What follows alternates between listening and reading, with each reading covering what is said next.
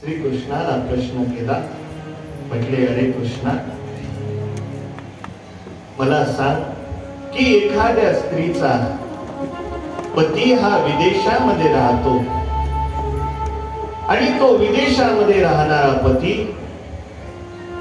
काही दिवसानंतर, काही वर्षानंतर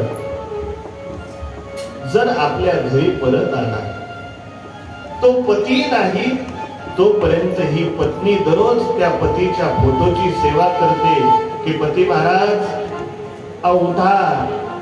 आजच्या काळात ते एवढी सेवा करायची गरज नाही, कारण मोबाईलच आहे. उठले की नाही, झोपेतच आहेत का, जेवले का नाही, ड्युटीवर गेले का नाही, घरी आले का नाही. जास्त सेवा करायचं काम, सगळी तोंडाची सेवा, बोलण्यानं सेवा होतात हे का नाही.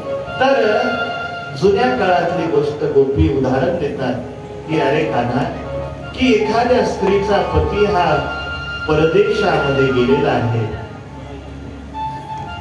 काय तर ती परदेशामध्ये तिचा पती राहतो, तर अशी स्त्री जर आपल्या पतीची दररोज फोटोची, तिच्या पतीच्या फोटोची सेवा करत असेल आणि एक दिवस तिचा पती त्या ठिकाणी घरी आला आणि घरी आल्यानंतर तो बाहेरून कडी वाजवत आहे, अहो दरवाजा उघडा, अहो दरवाजा उघडा. आणि ही जर त्या फोटोची सेवा करत बसली नाही, मग पतिदेवाच्या फोटोला कुंकू लावते, पतीला नैवेद्य दाखवते आणि पतीची सेवा केल्याशिवाय मी कशी उठू,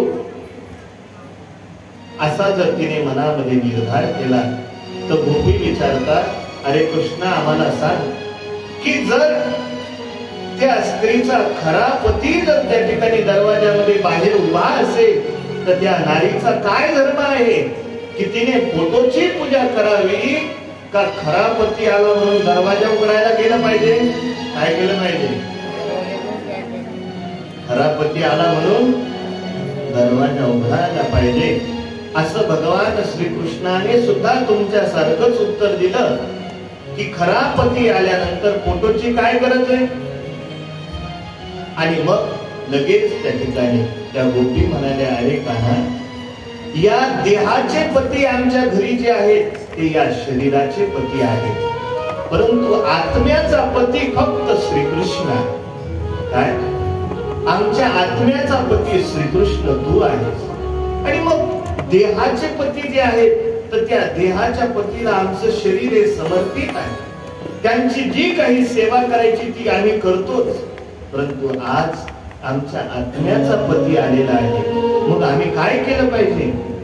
श्रीकृष्ण म्हणाले तुमचंही बरोबर आहे, पण तुम्ही एवढ्या रात्री अरण्यात येणं हे मला काही बरोबर वाटलं नाही. तुम्ही आता एक काम करा. म्हटले काय? आता जशा त्या ठिकाणी आल्यात ना, तशा घरी परत घेऊन जा. त्यावेळेस गोपी म्हणू लागल्या कान्हा, की तू किती परीक्षा पाहणार आहेस. चित्तं सुखेन परुता, चित्तं सुखेन भवता परुतं गृहेषु यन्निर्विशत्युत करावपि गृहकृत्ये पादो पदं न चलतस्तव पादमूला याम कथं व्रजमतो करवाम किं वा. त्या गोपी म्हणू लागल्या अरे कान्हा, की आमच्या चित्ताची तू किती परीक्षा घेणार. अरे अगोदर तूच तर त्या ठिकाणी बंशी वाजून आम्हाला बोलवतोस आणि आता म्हणतो की तुम्ही घरी निघून जा. आता आम्ही कोणत्या तोंडाने त्या ठिकाणी घरी जाणार. कारण घरी जायचं म्हटल्यानंतर घरचे आता आम्हाला विचारतील की एवढ्या घोर रात्रीमध्ये, एवढ्या अंधारामध्ये रात्रभर तुम्ही कुठे गेले होते. आणि ज्यावेळेस आमचे पती आम्हाला विचारतील तर आम्ही काय उत्तर द्यायचं त्यांना. आता कृष्णा, आता आम्ही घरी जाऊ शकत नाही, कारण आता घरी जाण्याची आमची लायकी सुद्धा राहिली नाही. भगवान म्हणाले, मला काही सांगू नका. जर तुम्ही या ठिकाणाहून जात नसाल तर मग पर्यायाने मी निघून जातो. जर तुम्ही जात नसाल तर मी जातो. गौरवी म्हणू लागल्या, कान्हा आता काय की आता कैसी जाऊ घरात.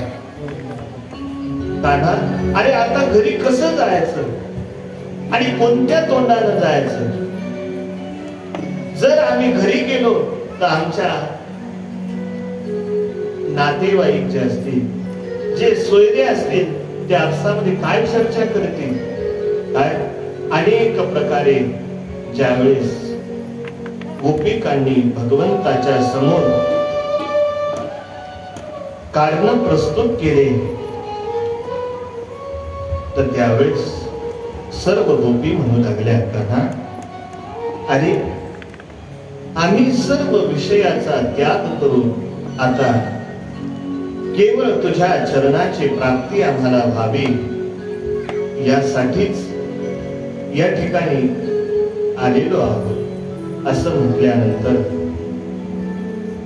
परंतु भगवंताला माहित होतं की यांच्या चित्तातील जो अहंकार आहे तो अहंकार अजून निवृत्त झालेला नाही. म्हटले कसं काय. कारण गोपीच्या चित्तातील जो अहंकार होता, गोपिकांना वाटायचं की आम्ही श्रीकृष्णाला जशी आज्ञा करतो तसा हा श्रीकृष्ण वागत असतो. छचिया भर छाचन पर गोपीन नाचन चाह. की छोटस मडकभर तर ताक, छाछ म्हणजे ताक, जर श्रीकृष्णाच्या पुढे गोपिकांनी केलं तर श्रीकृष्ण तेवढ्या ताकासाठी त्यांच्या समोर नाचायचा. आणि गोपींच्या मनामध्ये हा अभिमान झाला होता की आम्ही जसं म्हणू तसंच श्रीकृष्ण वागत असतो. परंतु त्यांना माहित नव्हतं की श्रीकृष्ण हा प्रेमाचा वकील आहे. भगवंताला भक्ताच्या चित्तातील अहंकार आवडत नसतो. आणि मग ज्यावेळेस सर्व गोपी यांनी जाण्यासाठी नकार दिलेला आहे, तर नकार दिल्यानंतर त्यावेळेस भगवान श्रीकृष्ण त्या गोपींच्या मधून अंतर्धान झालेले आहेत.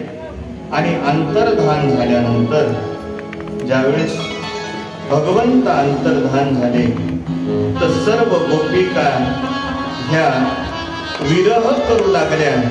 आणि विरहामधून जे गीत प्रकट झालेलं आहे तर त्या गीताचंच नाव काय आहे, गोपी गीत. तर चला एक दोन श्लोक आपणही गाऊ त्याचे.